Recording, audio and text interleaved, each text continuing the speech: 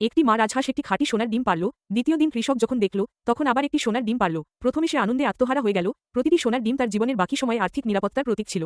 কিন্তু পরে সে ধীরে ধীরে বিশ্বাস করতে শুরু করল যে এই রাজহাঁসের শরীরের ভেতরে নিশ্চয়ই সোনার একটি স্তূপ লুকানো আছে। তাই সে ছুরি দিয়ে রাজহাঁসের গলা কেটে পুরো শরীর চিরে ফেলল, সমস্ত সোনা খুঁজে পাওয়ার আশায়। কিন্তু ভিতরে কিছুই ছিল না, আর তার রাজহাঁস ইতিমধ্যে মারা গেছে, যার মানে আর কখনো সোনার ডিম পাওয়া যাবে না। তার লোভ সম্পূর্ণভাবে এই সম্পদ আনার ক্ষমতাসম্পন্ন রাজহাঁসটিকে ধ্বংস করে দিয়েছে। অন্যদিকে প্রথম বিশ্বযুদ্ধের সময় কানাডিয়ান সৈন্যরা ইচ্ছাকৃতভাবে ক্যান ফেলে দিয়েছিল জার্মান ট্রেঞ্চে, আর জার্মান সৈন্যরা ভেবেছিল যে সেগুলো গ্রেনেড ভয় চারদিকে লুকিয়ে পড়েছিল। কিন্তু অনেকক্ষণ অপেক্ষা করার পরও বিস্ফোরণ হয়নি। তারা কাছে গিয়ে দেখল এগুলো শুধু মাংসের ক্যান, তাই ভাগ করে খেয়ে নিল। পরে কয়েকবার ফেলার পর জার্মান সৈন্যরা আসক্ত হয়ে পড়ল, আর লুকাল না, বরং চিৎকার করে বলল, আরও দাও, সুযোগ বুঝে।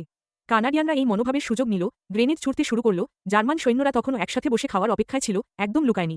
যখন তারা বুঝতে পারল যে উড়ে আসা জিনিসগুলো প্রাণঘাতী গ্রেনেড, তখন অনেক দেরি হয়ে গেছে। পরবর্তী পর্বে অমানবিক ডাক্তার রোগীদের গোপনে ছবি তোলে, কতটা ভয়ঙ্কর।